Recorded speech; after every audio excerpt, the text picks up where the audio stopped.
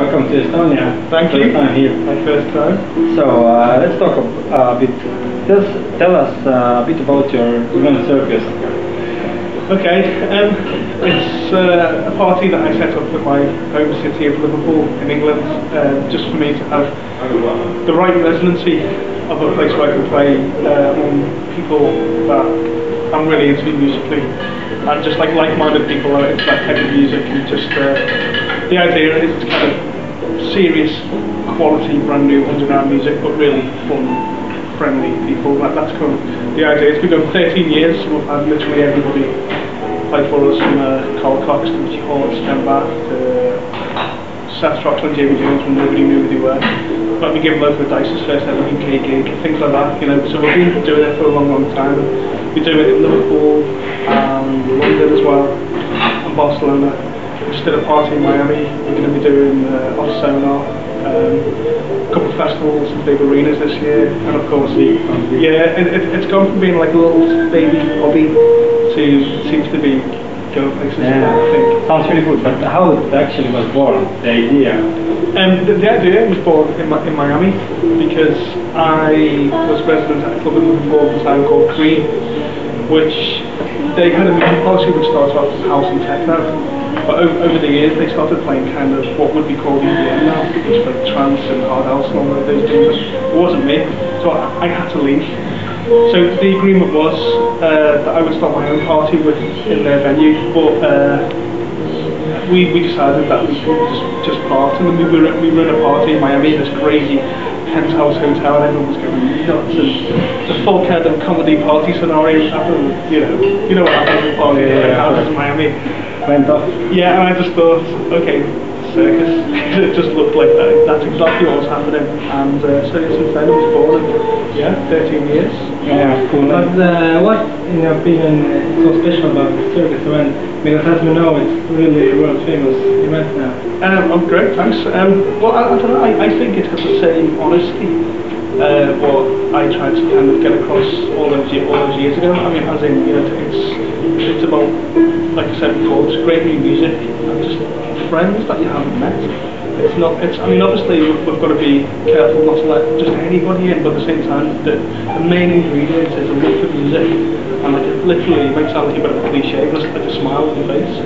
You know, it's not, you can wear what you want, you can act how you want, but as long as you appreciate what we're trying to do, that's the message. Sounds cool. Different type of question. We saw that you guys with Carl Cox play pretty often together and stuff. What's your connection, guys?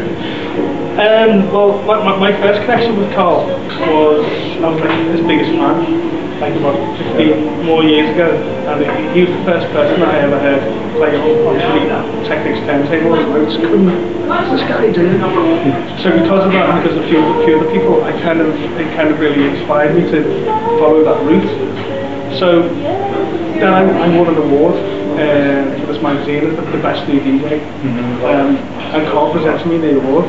I was like, wow, this is great. And this was quite a long time ago now, but since then we became friends, and we started playing on like a couple of gigs together here and there, and I've been warming up with But since more recently, maybe about 7 years ago, 8 years ago, maybe a bit longer, he started booking me for space in Ibiza, and on the terrace, the covered terrace, he'd say just play from start to finish, from like midnight until it was meant to finish at 6, but I'd still be playing at 8, 9 o'clock in the morning. So because of that, Carl invited me to join his management and DJ roster. So we've got the same agent and the same manager. It's called Safe House Management. It used to just be me, Carl, John Bunzel, and now it's me, Carl, John Digley, Cassie, Monica Cruz.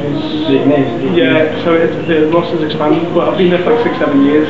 But we play a lot together, we play back to back sometimes, which for me is a real privilege. He releases music on my label now, which is crazy. And yeah, it's mad. And you know, he's really supportive. You know, the craziest thing about Coxley, like I said before, he's my biggest DJ hero. He DJ'd at my wedding. Which I just couldn't believe. Like we were there, and like there's Carl, our family friend now, and he's DJing at my wedding. It was just like, wow. A tricky question. Which one is more important to you? to either educate the crowd or entertain them? Both. Both. Yeah, it's really important. It's funny you use those two words because in the first day I started the circus, I got this huge, massive banner made, like with a whole window, and it said entertainment and enlightenment. And what that means is, like, look, we're here to rock it, but we're also going to play new music. So I think it's really important for any DJ to do both, because it's your job to kind of break new records and support artists. At the same time, you know, you're there to kind of make sure that these people that worked all week have a great time. Do you have your like specific sound? Actually, if like we come to a party and we don't see the DJ, we will know that you are the YOUSEF. You know it's me? Yeah. Oh, that's good to know. I mean, I don't know. I just like to. It depends what the crowd's going, because even though I'm such an experienced DJ, I suppose that I like to make sure that even if it's just a tiny little club, I'm playing the right music for that moment, or it's a big festival. But I think that's the key to being a great DJ for years, is to kind of understand your audience. But I just play records that way. Yeah. Okay, let's talk a bit about today as well. Usually you play pretty big nights and clubs and venues. I think maybe you already know the club previous pretty small club. Yeah. So what the crowd can expect from you? I guess that. I don't know. I mean, I will try my best to play as many completely brand new records as possible. And what I mean by that is not records I got like a few weeks ago. I mean literally records I got today. Because you know, I get the same excitement out of hearing those records for the first time that somebody else would. But again, I'll see how it goes. I won't play, if it's like a small venue, I won't play too hard. Who knows? I literally don't know until I get in the booth 15 minutes before. I'll just kind of follow what I think is appropriate and just go with it. It's your first time in Estonia. That's right. What do you have heard about our small country? I've heard that people are very friendly. You know, thus far it seems to be the case. You know, everything seems to be pretty easy, and it's a beautiful place. So far so good. I mean, I've been in it for 15-20 minutes, but everyone seems nice. Oh, that's cool. Okay. One more question about your music. Can we hear something new and fresh coming out from you soon in the near future? Yeah, you can actually. Tonight, one thing I'm going to do is I'm going to test out a lot of my new album tracks. I've got a new album coming out called In the Process of 8, and it's going to come on Sex Recordings, my label, in a couple of weeks. Well, maybe 6-7 weeks, I think. But tonight there's one record called Pleasure Defined, which I'm just figuring out, which is that this is going to be the next single. And it's a full like vocal record, but it's a weird kind of acid, techno, drummy thing with this really beautiful jazz singer singing on top of it. And she's this girl from LA called Erica Thompson. But she's brilliant. I've never heard of her, and no one else has. That's the secret to working with singers, I think, is these people that nobody knows. But yeah, a lot of new music from the album, a lot of new demos from the Sex Recordings, especially the new Kaidas EP.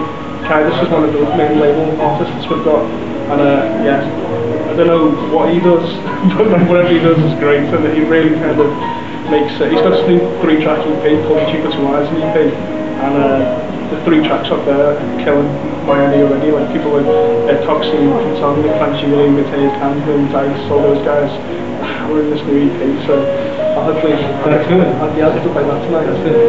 And finally, 3 simple questions. Sushi or sashimi? Veggie sushi.